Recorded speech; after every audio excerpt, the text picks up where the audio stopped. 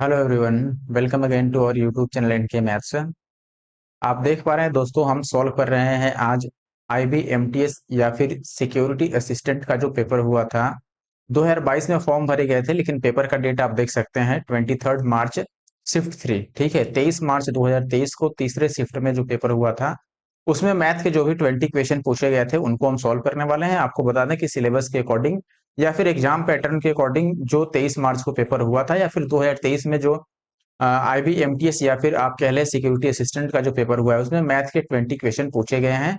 और 23 मार्च के पहले और दूसरे शिफ्ट का सोल्यूशन मैंने ऑलरेडी अपलोड कर रखा है। अगर आपने नहीं देखा है तो जरूर से देख लीजिए। ये तीसरे शिफ्ट का सोल्यूशन है। इसके बाद 3 शिफ्ट और बच जाएंगे, जो मैं 1 से 2 दिनों में खत्म कर दूंगा। ठीक है। और बीच में कुछ कारणों से हालांकि वीडियो नहीं आया है, उसके अलग कारण है, उस पर बात नहीं करूंगा अभी मैं। एग्जाम इसमें जो क्वेश्चन मिलेंगे आपको वीडियो में, वो हिंदी और इंग्लिश दोनों में लिखे हुए मिल जाएंगे। अगर आपको पीडीएफ चाहिए क्लास की, then you should join our telegram group, or you can also follow me on whatsapp. The channel name is NK maths. Okay, आप यूट्यूब पर भी एनके मैथ्स को सब्सक्राइब कर सकते हैं, इंस्टाग्राम व्हाट्सएप पे फॉलो कर सकते हैं।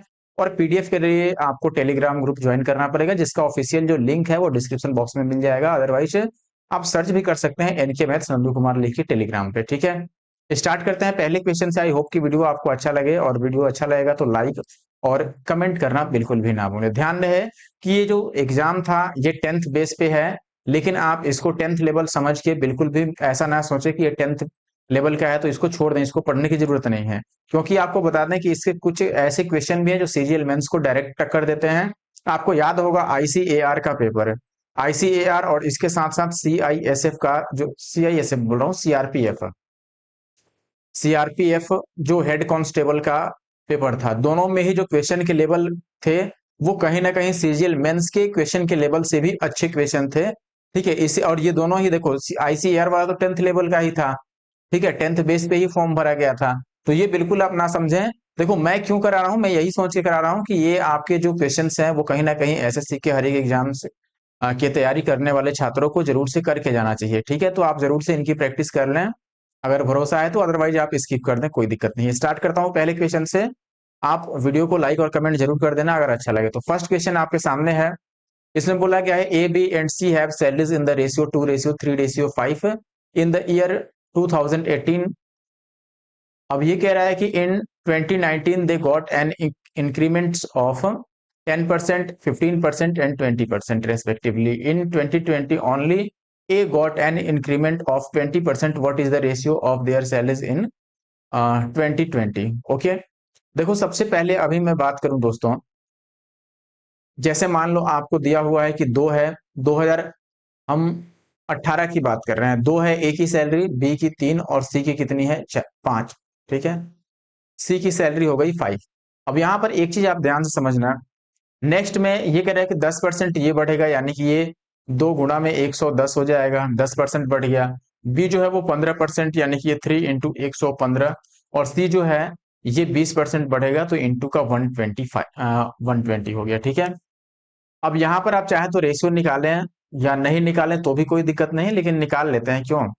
अगर रेशियो निकालना होगा तो मैं 5 से काटता हूं, जैसे 5 से इसको काटूंगा, 23 बचे 115 और 22 बचे 110। ठीक है, अभी आगे काटने का फायदा नहीं है, तो 22 दुना ये हो गया 44, ये 23 दिया हो गया 69 और ये हो गया 120। अब ये कह रहा है कि अगले साल में केवल ए को 20% की वृद्धि मिली। ठीक है, अब केवल ए को अगर 20% की वृद्धि होगी तो केवल हम इसको 20% बढ़ाएंगे, यानी कि ये 44 गुणा में 20% का मतलब क्या होता है दोस्तों, 1/5। और इतने की वृद्धि हुआ यानी कि 5 पे 1 बढ़ा, तो 6/5 करेंगे और इंटू का 69 एज इट इज रहेगा, और 120 भी एज इट इज रहेगा, क्योंकि वहां पर कोई इंक्रीमेंट नहीं लगा है 2020 में। ठीक है, अब यहां पर एक चीज आप गौर फरमा लो, सीधे सीधे इस 5 से हम सबको मल्टीप्लाई कर देते हैं। ठीक है, तो ये हो गया आपका 44 × 6 एंड दिस इज 69 × 5, और ये हो गया 120 × 5। अच्छा देखो, अब ये बात फिक्स है ना कि ये पहला वाला ऑप्शन जो होगा वो 11 से कटना चाहिए, और इस ऑप्शन में और इस ऑप्शन में तो ये 11 से कट नहीं रहा है, सीधी सी बात है। बच गया दो ऑप्शन। अब देखो इसमें तीसरा वाला ऑप्शन में 120 है और 5 है। अगर मैं काटने यहां पर काटने जाऊं तो आप देखोगे कि चार चार ये कटेगा ही नहीं ना, अब दो से कटेगा ही नहीं, तो ये पूरा ही रहेगा मुझे लगता है कि 2 से 3 से काट सकते हैं हम इसको, क्यों 3 से इसको अगर मैं काट दूं तो 2 तिया 6, और ये 23 तिया 69, और ये 40 तिया 120, तो 4 पच्चे 200 आएगा लास्ट में, फिर ये 23 पचे 115 आएगा, और ये 44 दुना 88, तो 88 115 और 200 जो कि ऑप्शन सेकंड में है, तो ऑप्शन दूसरा जो है that is right answer. Next question है, a cylindrical vessel with a base of radius 15 meter and height of 21 meter is filled with water to a certain height. 10 spherical balls of radius 1.5 meter are dropped into this vessel.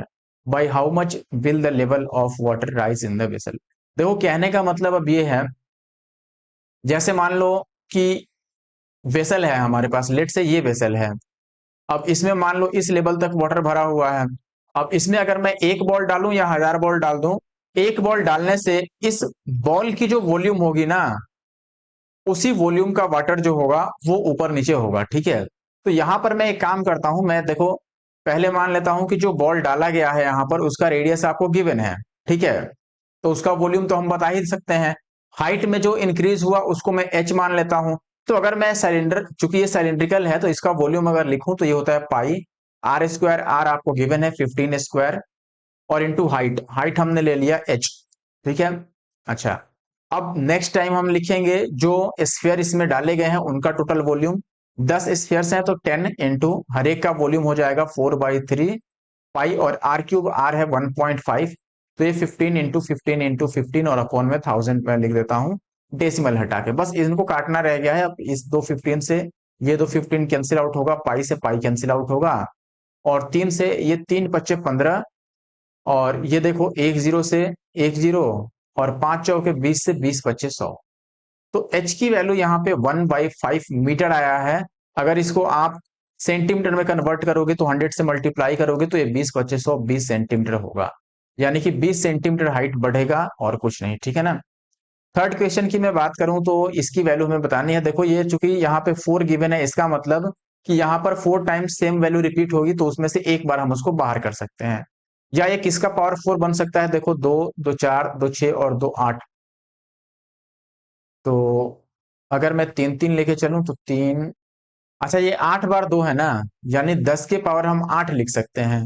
1 2 3 4 5 6 7 8 है, 10 के power 8 को इसको हमने लिख दिया, और इस 4 को मैंने 1/4 ले लिया, और एक जो ये रूट है इसको फिलहाल मैं ऐसे रहने देता हूं, ये बाहर वाला रूट ऐसे रह गया, ठीक है।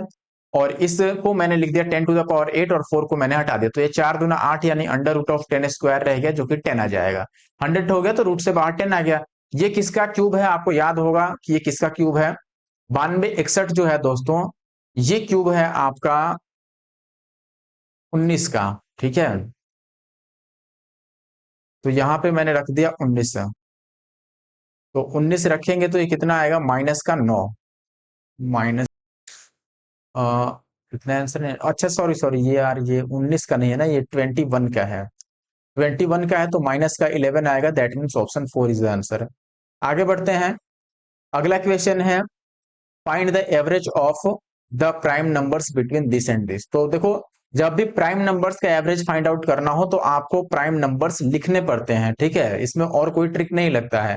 तो 40 के बाद बताओ पहला प्राइम नंबर 41, फिर अगला प्राइम नंबर होगा 43, फिर हो जाएगा 47, ठीक है।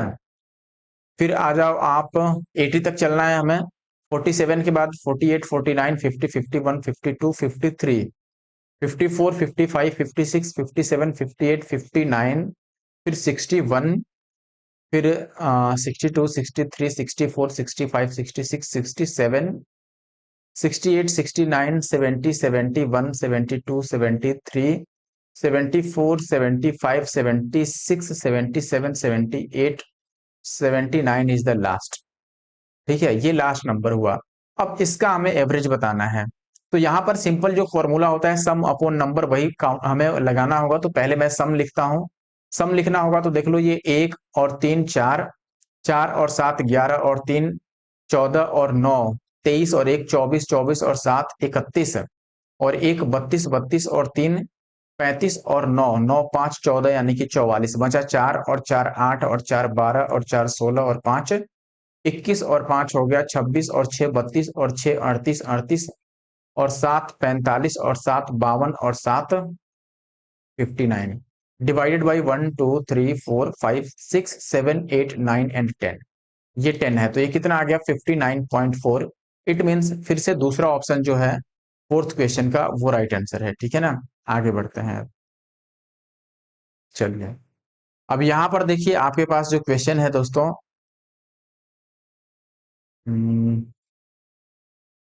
एक से बड़ी सबसे छोटी संख्या जिसे √45 से गुणा करने पर परिमेय संख्या प्राप्त हो। परिमेय का मतलब रेशनल नंबर, और रेशनल नंबर वो होता है जो p/q के फॉर्म में हो और उसमें स्क्वायर रूट नहीं हो। वो परफेक्ट स्क्वायर भी होना चाहिए किसी चीज का, यानी कि स्क्वायर रूट से बाहर आना चाहिए। अब यहां पर देखो हम ऑप्शन ही यूज कर लेते हैं, क्यों? देखो जो 45 है दोस्तों, ये है आपका 9 इंटू 5, इट मीन 3√5। तो 3√5 को किससे मल्टीप्लाई करें?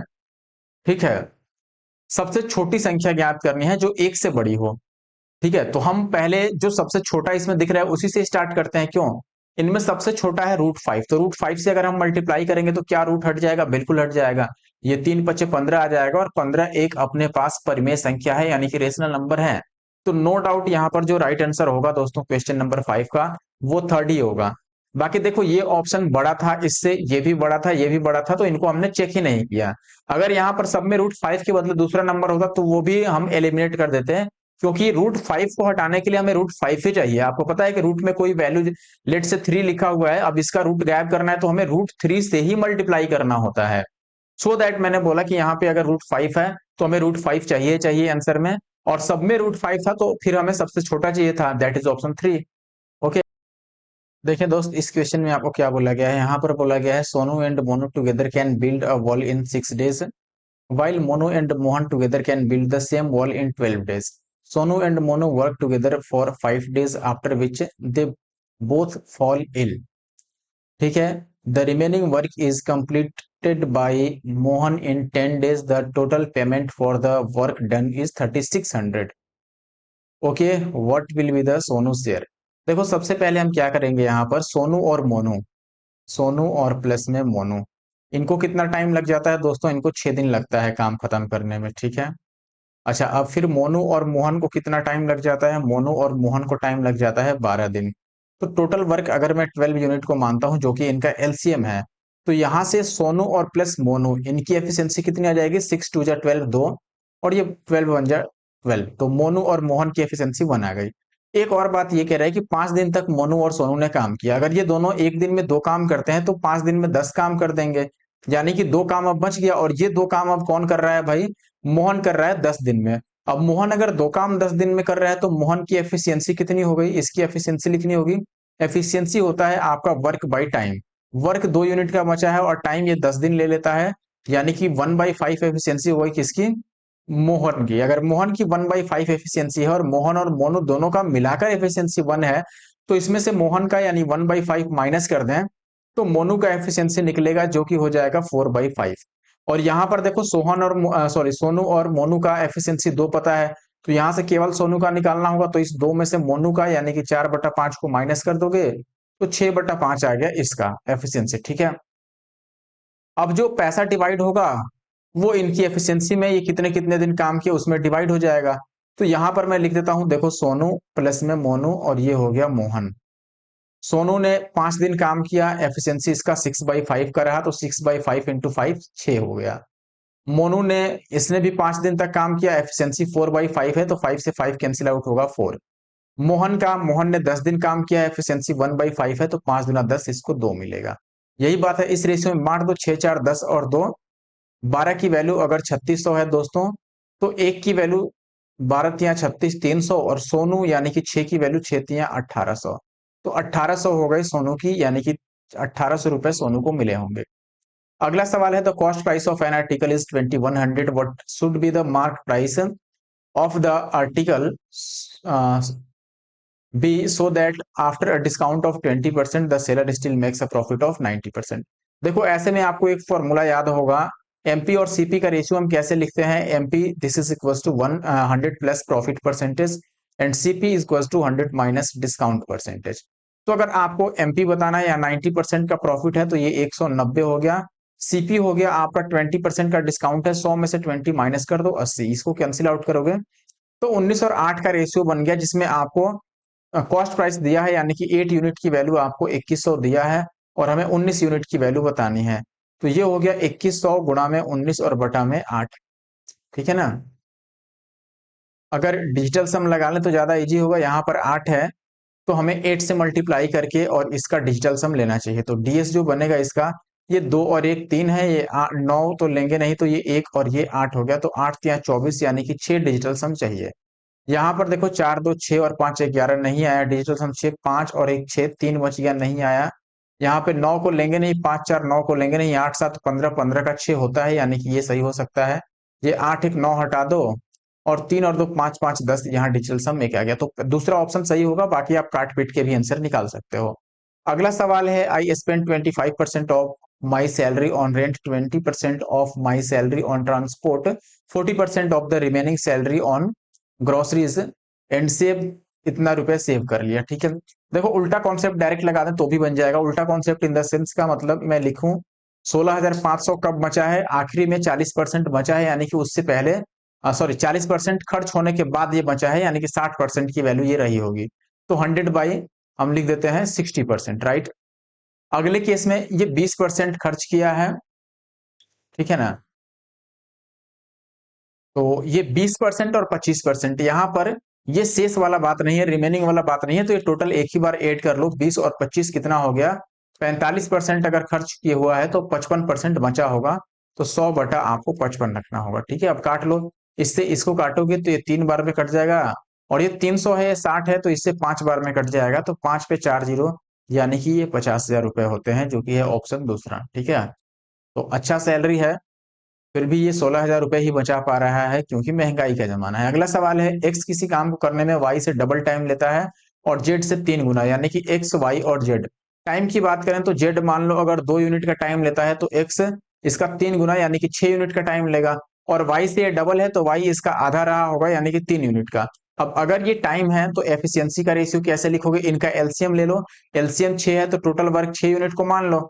अब अगर 6 से 6 को डिवाइड करोगे तो 1 यूनिट इसका एफिशिएंसी आ गया एक्स का, 3 से इसको काटोगे 3 दूना 6 यानी कि 2 यूनिट और 2 तिया 6, तो ये हो गया इनकी एफिशिएंसी का रेशियो। अब अगर तीनों मिल जाए तो 3 और 2 5 और 1 6, एक दिन में 6 यूनिट का काम होगा और 2 दिन में ये लोग मिलके काम खत्म करते हैं, यानी कि 2 दिन में टोटल 12 यूनिट का काम हुआ होगा, और 12 यूनिट का जो काम है यही अपना टोटल वर्क है। ठीक है ना, और यही टोटल वर्क अगर वाई करे अकेले तो कितना टाइम लग जाएगा। टाइम कैसे निकालते हैं, वर्क बाई एफिशिएंसी, वर्क है 12 यूनिट का, और अगर वाई का बताना है तो वाई की एफिशिएंसी यानी 2 से डिवाइड कर दो, 2 छक्के 12 यानी कि 6 दिन इसे लगेंगे। देखें दोस्त, अगला जो क्वेश्चन है अपने पास, 600 मीटर लंबी दो रेलगाड़ियां समांतर पटरियों पर एक ही दिशा में चल रही हैं। शुरुआत में रेलगाड़ी ए रेलगाड़ी बी से आगे रहती है और दोनों रेलगाड़ियां 108 किलोमीटर प्रति घंटे की समान चाल से चलती हैं। रेलगाड़ी बी का चालक चाल को 1 मीटर पर सेकंड स्क्वायर तक त्वरित करता है, यानी कि एक्सेलरेट करता है। 50 सेकंड के बाद रेलगाड़ी बी ए से ठीक आगे हो जाती है, तो ए और बी के बीच की ओरिजिनल डिस्टेंस। अब देखिए इस क्वेश्चन में अगर आप मैथ्स का दिमाग लगाओगे, मैथ्स के फॉर्मूले यूज करोगे तो शायद ना बन पाए, ये थोड़ा सा फिजिक्स का कॉन्सेप्ट इसमें आ जाता है। जैसे फिजिक्स में आपने एक फॉर्मूला पढ़ा होगा जो एस होता है, this is equal to UT plus half of A T square, जहां ए का मतलब एक्सेलरेशन यानी त्वरण, टी का मतलब टाइम और यू का मतलब इनिशियल स्पीड यानी कि स्टार्टिंग का समय, इनिशियल आप वेलोसिटी भी इसको बोल सकते हो यानी कि प्रारंभिक वेग। तो अगर मैं ये फॉर्मूला अप्लाई करता हूं, एस का मतलब डिस्टेंस और डिस्प्लेसमेंट, ठीक है, तो यहां पर यू क्या होगा, स्टार्टिंग में चूंकि दोनों सेम डायरेक्शन में चल रहा है तो हम डिफरेंस लेते हैं, अपोजिट डायरेक्शन में जब गाड़ियां चलती हैं तो हम सम लेते हैं यानी कि योगफल लेते हैं स्पीड का। यहां पर दोनों का स्पीड सेम है इसीलिए डिफरेंस जीरो आएगा, तो ये जीरो इंटू टाइम आपका चाहे जो भी हो ये तो जीरो होने वाला है। ठीक है, आप चाहो तो 50 सेकंड रख लो, और ये 1/2 एक्सेलरेशन 1 है, और फिर से टाइम टाइम 50 है, तो यहाँ पर 50 का स्क्वायर यानी कि 2500। अब ये तो जीरो हो गया, 2 से इसको काटोगे तो आ जाएगा 1250, तो 1250 का डिस्टेंस था। ठीक है, आई होप कि आप बात समझ गए होंगे। नेक्स्ट क्वेश्चन था 370 रुपए को 3 भागों में बांटा जाता है, दूसरा भाग तीसरे भाग का 1/4 है और पहले और तीसरे भाग का अनुपात दिया है, तो तीसरे भाग का कुल धनराशि से क्या अनुपात रहा होगा। ठीक है, तीसरा भाग का कुल धनराशि से अनुपात। ठीक है, देखो मान लो यहाँ पर कह रहा है कि दूसरा और तीसरा का रेशियो दिया है, पहला और तीसरा का, तो ये ए, बी और सी, ठीक है ना। देखो पहले हम बात करें पहले और तीसरे का, तो पहला तीसरा का 3 और 5 का रेशियो है, ठीक है ना।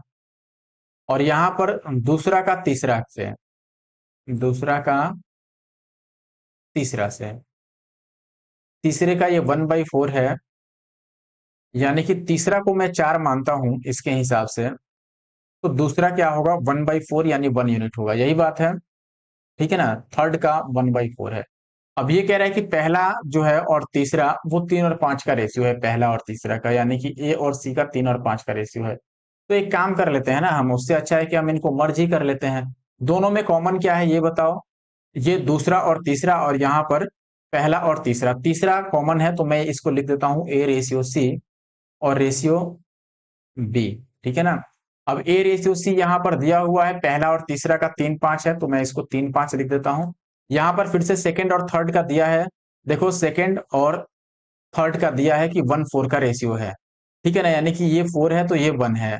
थर्ड वाले को अगर 4 लिखेंगे तो सेकंड वाले को हम 1 लिखेंगे, यही बात है। अब यहाँ पर इसको इससे मल्टीप्लाई कर दो, 5, ये 5 चौके 20 और ये 3 चौके 12, ये रेशियो आ गया, ठीक है ना। तो ये कह रहा है तीसरे भाग का, तीसरा यानी कि 20 का टोटल से, टोटल कितना हो गया 12 और 5 17 और 20 37, तो 20 और 37 का रेशियो आ गया, जो कि आपका ऑप्शन ए में है। तो 11 का जो राइट आंसर है वो ए है। 12 की अगर मैं बात करूं किस संख्या का 3%, 12 के 4% और 80 के 6% का योग है।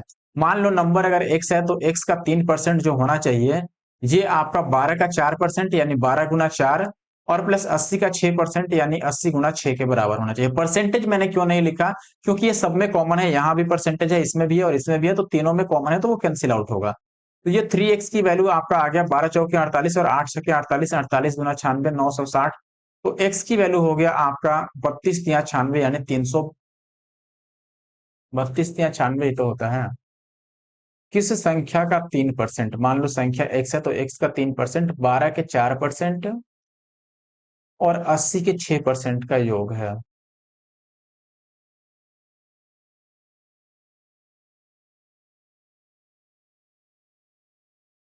अच्छा अच्छा, एक गलत हो गया यहाँ पर, देखो 8 छके 48, ये 480 है और ये केवल 48 है, तो सम हमने गलत लिख दिया, ठीक है ना। यहाँ पर अगर सम लिखोगे तो ये 8 छके 48 480 है, 480 में अगर 20 जोड़ोगे तो 500 होगा, तो ये 528 आएगा, और 3 से इसको काटोगे तो x की वैल्यू आ जाएगा 3 से 17×3 = 51 और 6×3 = 18, 176, ऑप्शन 4 12 का। अगर 13 की बात करें हम, तो ये कह रहा है ए की वैल्यू गिवन है, बी की वैल्यू गिवन है, A plus B by B plus C क्या होगा। दोनों में देखो बी की वैल्यू सेम नहीं है, तो पहले हमें बी की वैल्यू को सेम करना होगा, सीधी सी बात है। या हम एक काम कर सकते हैं, अगर मैं बी कॉमन ले लूं, जैसे मैं बी कॉमन लेता हूं, देखो इसमें भी ऊपर से मैंने बी कॉमन लिया, तो ये हो जाएगा ए बाई बी और प्लस 1, राइट।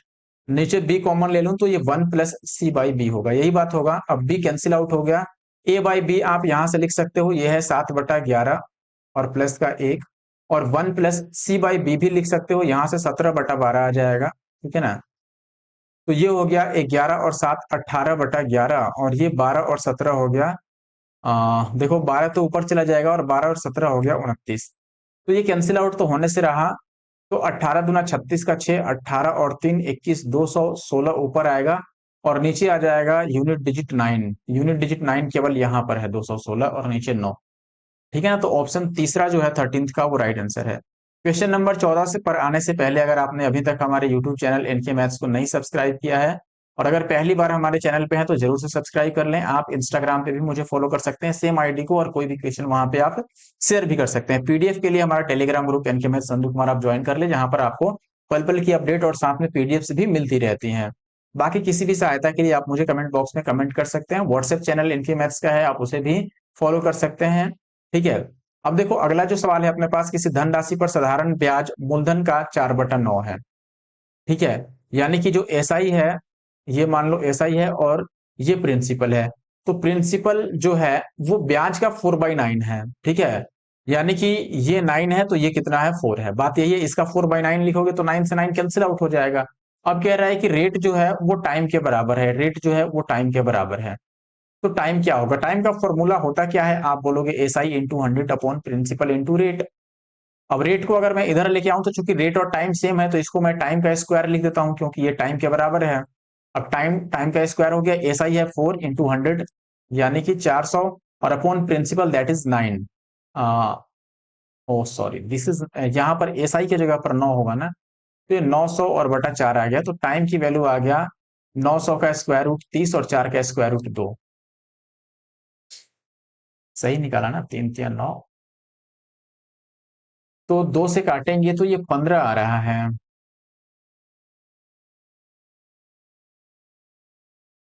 15, कुछ तो मिस्टेक हो गया, फिर से क्वेश्चन पढ़ने दो।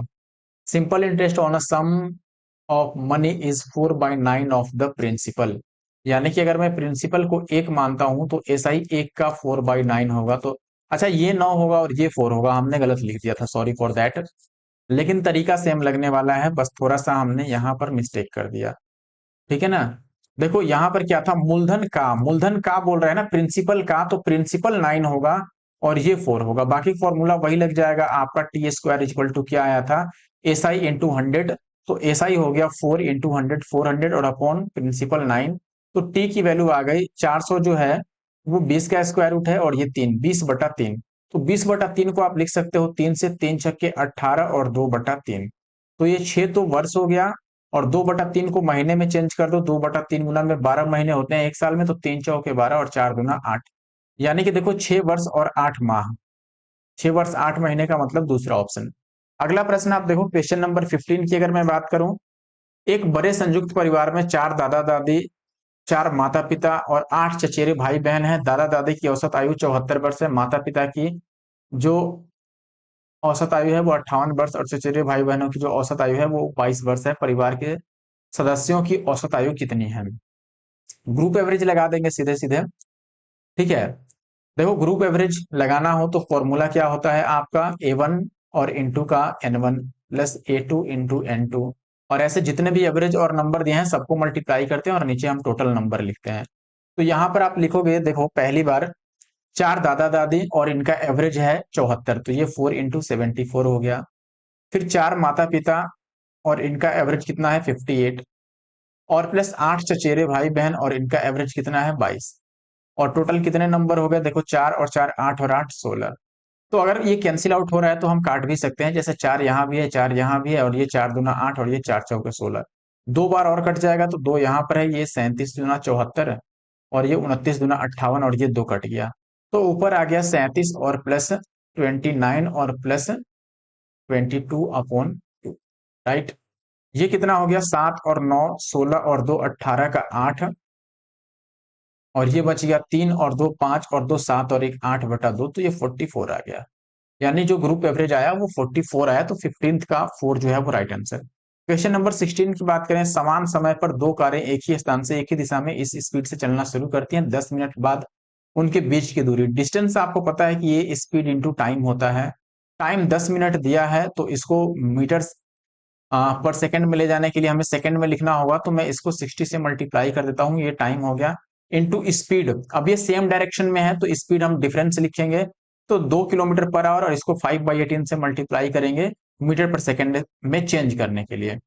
अब ये कटेगा 2 से, 2 में 18 और ये 20 × 60 और ये 3 × 9, तो ये हो गया 20 25 100 यानी कि 1000 और बटा 3। तो 3 से 33 या 99 होता है, तो 33333 यानी कि option third is the answer. Question number 17 की बात करूं, एक खोखले बेलनाकार लोहे के पाइप की आंतरिक और बाह्य त्रिज्याएं दिया हुआ है, ऊंचाई दिया हुआ है, पूरी तरीके से पेंट करने के लिए पेंट किए जाने वाले भाग का क्षेत्रफल। देखो अगर ये खोखला है तो डेफिनेटली बाहर बाहर भी पेंट होगा और अंदर अंदर भी पेंट होगा। तो बाहर का सरफेस एरिया और अंदर का सरफेस एरिया हमें बस ऐड करना है, ठीक है ना। तो सरफेस एरिया जो होता है ये होता है 2πRH, तो हम लिख देंगे 2πH, तो दोनों में कॉमन होगा, R अलग अलग होगा, तो हमें R प्लस R यहाँ पे लेना होगा। तो 2 पाई का मतलब 22/7, हाइट आपको दिया हुआ है यहाँ पर 14, और R प्लस R इन दोनों को ऐड कर लो तो 14, तो ये 4 और 1 5 और 2 और 1 3 35, तो ये 7 दूना 14 35 दूना 70 और गुना में 22 दूना 44। तो 0 और 7 चौके 28। अब देखो लास्ट में 8 जीरो तो किसी में दिखाई नहीं दिया, इसका मतलब कहीं ना कहीं हो गया मिस्टेक। और अगर मल्टीप्लाई करता हूं मान लो मैं, तो 35 दुना 70 और ये 22 दुना 44 और गुणा में 70। तो ये 7 चौके 28 का 8 और 7 चौके 28 और 2 30। तो ये 30 80 आ गया, लेकिन 30 80 से बड़े ऑप्शन है, इसका मतलब कुछ ना कुछ एरिया छूट रहा है। देखो क्या छूट रहा है मैं समझ गया अभी। ये चूंकि खोखला बेलन है ना, तो इस टाइप का होगा ये बेलन, ठीक है ना। और हमने जो यहाँ पर पेंट करने वाला एरिया निकाला, ये बाहर बाहर का निकाला।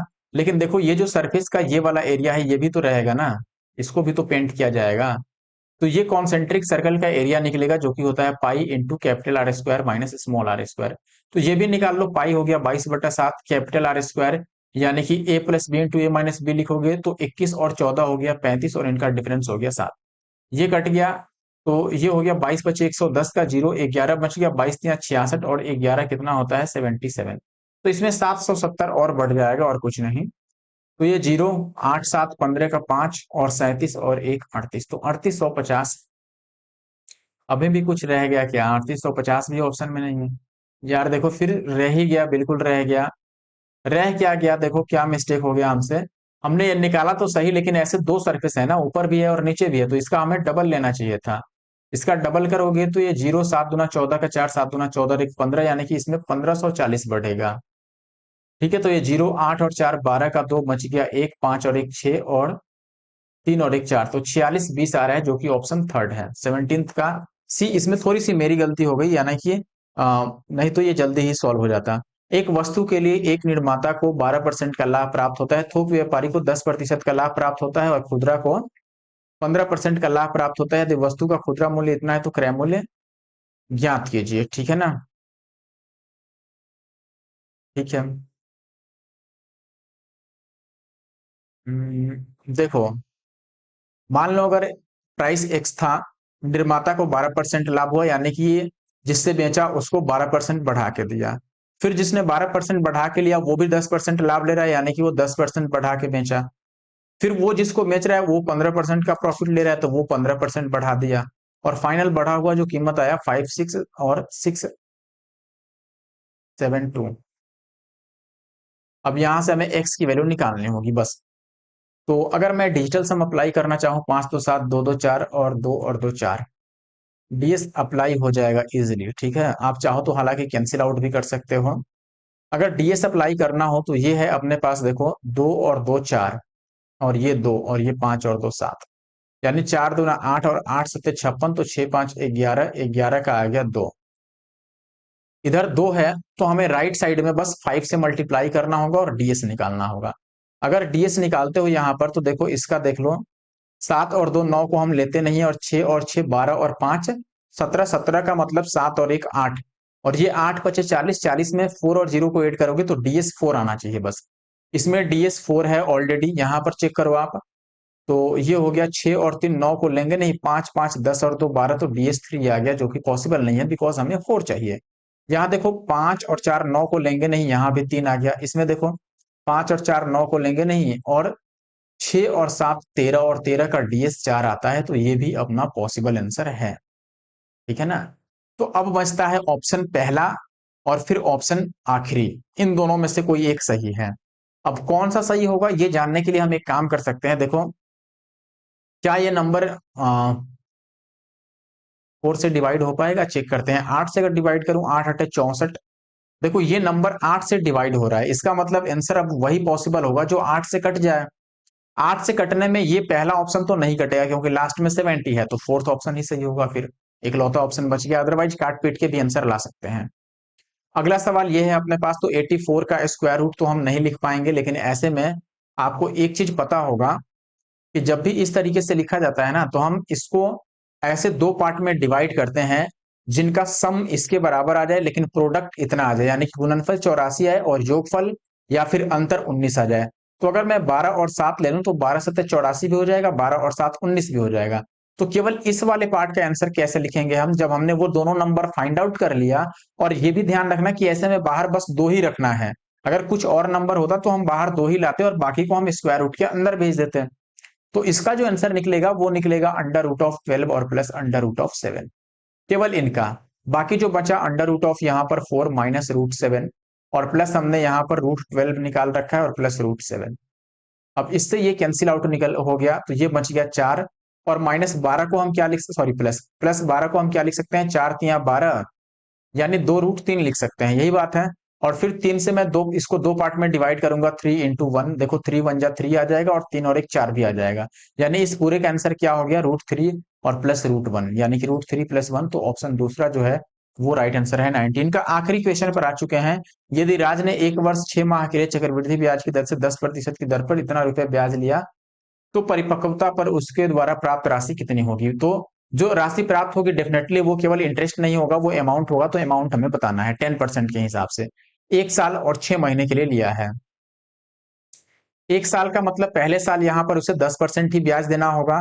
अगला 6 महीना है तो 6 महीने में वो आधा ही ब्याज देगा, यानी 5% ही ब्याज देगा। तो हम ऐसे लिख लेते हैं, देखो 14,000 था तो पहली बार 10% उसे ब्याज मिल जाएगा, यानी कि 1,400 रुपए, ठीक है ना। अगली बार कितना ब्याज मिलेगा दोस्तों, इसका 5% पहले इस टोटल का, तो इस टोटल का 5% यानी 700। और फिर इसका भी 5% मिल जाएगा, यानी कि 140 का आधा 70। तो टोटल कितना हो गया भाई, इसको टोटल मिलेगा कितना। आप बोलोगे ये 14,000 तो मिलेगा ही, और ये 14 और 7 4 11 2170 और मिलेगा। ठीक है, इन तीनों को हमने ऐड कर लिया, इनको जोड़ लो, 70, 1 और 4 और 2 6, तो 16 170 इसको मिल जाएगा, जो कि है नहीं किसी ऑप्शन। यार देखो आंसर इसलिए नहीं आया ना, इन्होंने इंग्लिश में कुछ और लिख दिया है। या तो फिर हम हिंदी वाले गलत समझ गए। देखो यहाँ पर लिखा है कि 10% पर एनम, ठीक है ना, फॉर 1 ईयर, यानी कि टाइम 1 ईयर है। और यहाँ पर लिखा है बिंग कंपाउंडेड हाफ ईयरली, यानी कि जो हमें कंपाउंड इंटरेस्ट लेना है वो हाफ ईयरली कंपाउंडेड है, यानी कि छमाही है। यहाँ पर भी ये साफ शब्दों में लिखा था लेकिन हम ही गलत समझ गए, तो दिस वाज माय मिस्टेक, हम यहाँ पर सही कर लेते हैं। देखो जब भी छमाही होता है यानी कि हाफ ईयरली होता है, तो रेट होता है हाफ और टाइम होता है डबल। तो टाइम 1 के बदले 2 साल हो गया और रेट 10 के बदले में 5% हो गया, यही बात है, ठीक है ना। अब बस इसको कैलकुलेट कर लो आप। तो या तो आप उसी तरीके से कैलकुलेट कर लो, या आप दूसरा तरीका ऐसे भी लगा सकते हो कि देखो 5% होता है 1/20, यानी ये 20 से 21 होगा। ये 1 साल की बात है, तो 2 साल में क्या हो जाएगा, ये 20 20 है 400 से 21 का स्क्वायर 441 हो जाएगा, ठीक है। और ये अमाउंट है और ये आपका प्रिंसिपल है। प्रिंसिपल जो 400 है इसके बदले में वैल्यू हमें पता है, ये 14,000 है। तो 441 की वैल्यू क्या रही होगी, ठीक है। अब ये 2 जीरो से 2 जीरो कैंसिल आउट हो जाएगा, 4 से इसको काट दोगे तो ये 4 तिया 12 और 4 पचे 20, 1 की वैल्यू 35, तो 441 की वैल्यू इतना गुणा में 35। तो 5 1 जा 5, लास्ट में 5 आएगा और साथ में आंसर 5 का मल्टीपल है, तो ये दोनों तो नहीं होने वाला है, यानी कि दूसरा या फिर तीसरा। अब देखो अगर मैं मल्टीप्लाई करता हूं यहां पर, अच्छा ये 21 का भी देखो, 4 4 8 और एक 9, आंसर 9 का भी मल्टीपल होगा, क्यों, चेक कर लेते हैं। देखो ये 6 3 9 और 5 और 2 7 और 1 8, ये 9 से कटा ही नहीं। 5 4 9, 5 3 8 और एक 9, ये कट गया, तो ऑप्शन थर्ड सही है। बस आंसर 9 का मल्टीपल आएगा, अदरवाइज आप मल्टीप्लाई भी कर सकते थे। तो इस वीडियो में इतना ही दोस्तों, मिलते हैं नेक्स्ट वीडियो में। वीडियो कैसा लगा कमेंट करके जरूर बताना, और वीडियो अच्छा लगा हो तो लाइक करना बिल्कुल नहीं भूलना, ठीक है। मिलते हैं नेक्स्ट वीडियो में, थैंक यू फॉर वॉचिंग।